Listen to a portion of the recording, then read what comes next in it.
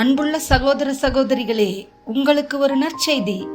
நாம் வரவிருக்கும் 2025 ஆண்டு ஜனவரி 1 365 நாட்களுக்கும் 365 தலைப்புகளின் கீழ் வேத வசனங்களை வாசித்து பகிர இருக்கிறோம்.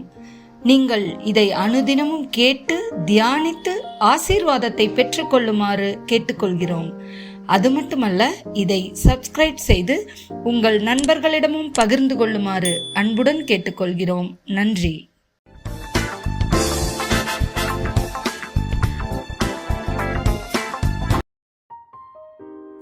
இன்று நாள் 171. தலைப்பு பரிசுத்தம். லேவியராகமம் 11:44. நான் உங்கள் தேவனாகிய கர்த்தர், நான் பரிசுத்தர். ஆகையால் தரையில் ஊறுகிற எந்த பிராணிகளிலும் உங்களை தீட்டுப்படுத்தாமல் உங்களை பரிசுத்தமாக்கிக் கொண்டு பரிசுத்தராய் இருப்பீர்களாக. தீத்து 2:11-12. நாம் அவபக்தியையும் லௌகிக இச்சைகளையும் வெறுத்து தெளிந்த புத்தியும் நீதியும் தேவபக்தியும் உள்ளவர்களாய் இவ்வுலகத்திலே ஜீவனம் பண்ணி நாம் நம்பிக்கையாய் இருக்கிற ஆனந்த பாக்கியத்துக்கும் மகா தேவனும் நமது இரட்சகருமாகிய இயேசு கிறிஸ்துவினுடைய மகிமையின் பிரசன்னமாகுதலுக்கும் எதிர்பார்த்து கொண்டிருக்கும்படி நமக்கு போதிக்கிறது. 1 பேதுரு 1:15-16. உங்களை அழைத்தவர் பரிசுத்தராய் இருக்கிறது போல நீங்களும் உங்கள் நடக்கைகள் எல்லாவற்றிலேயும் பரிசுத்தராய் இருங்கள். நான் பரிசுத்தர், ஆகையால் நீங்களும் பரிசுத்தராய் இருங்கள் என்று எழுதியிருக்கிறதே. எபிரேயர் 12:14. யாவரோடும் சமாதானமாய் இருக்கவும் பரிசுத்தமுள்ளவர்களாய் இருக்கவும் நாடுங்கள். பரிசுத்தம் இல்லாமல் ஒருவனும் கர்த்தரை தரிசிப்பதில்லையே. 2 கொரிந்தியர் 7:1.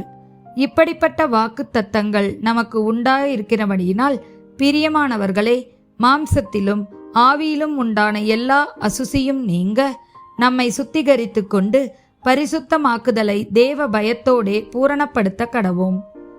எபேசியர் 1:4. தமக்கு முன்பாக நாம் அன்பில் பரிசுத்தமுள்ளவர்களும் குற்றமில்லாதவர்களுமாய் இருப்பதற்கு அவர் உலகத் தோற்றத்திற்கு முன்னே கிறிஸ்துவுக்குள் நம்மை தெரிந்து கொண்டபடியே. 1 தெசலோனிக்கேயர் 4:7. தேவன் நம்மை அசுத்தத்திற்கல்ல பரிசுத்தத்திற்கே அழைத்திருக்கிறார்.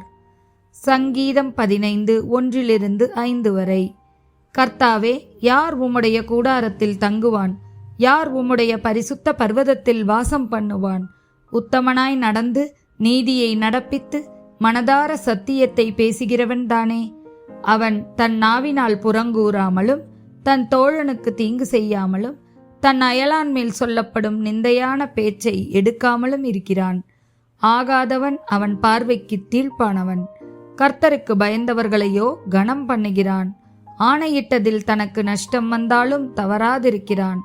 தன் பணத்தை வட்டிக்கு கொடாமலும் குற்றமில்லாதவனுக்கு விரோதமாய் பரிதானம் வாங்காமலும் இருக்கிறான். இப்படி செய்கிறவன் என்றென்றைக்கும் அசைக்கப்படுவதில்லை.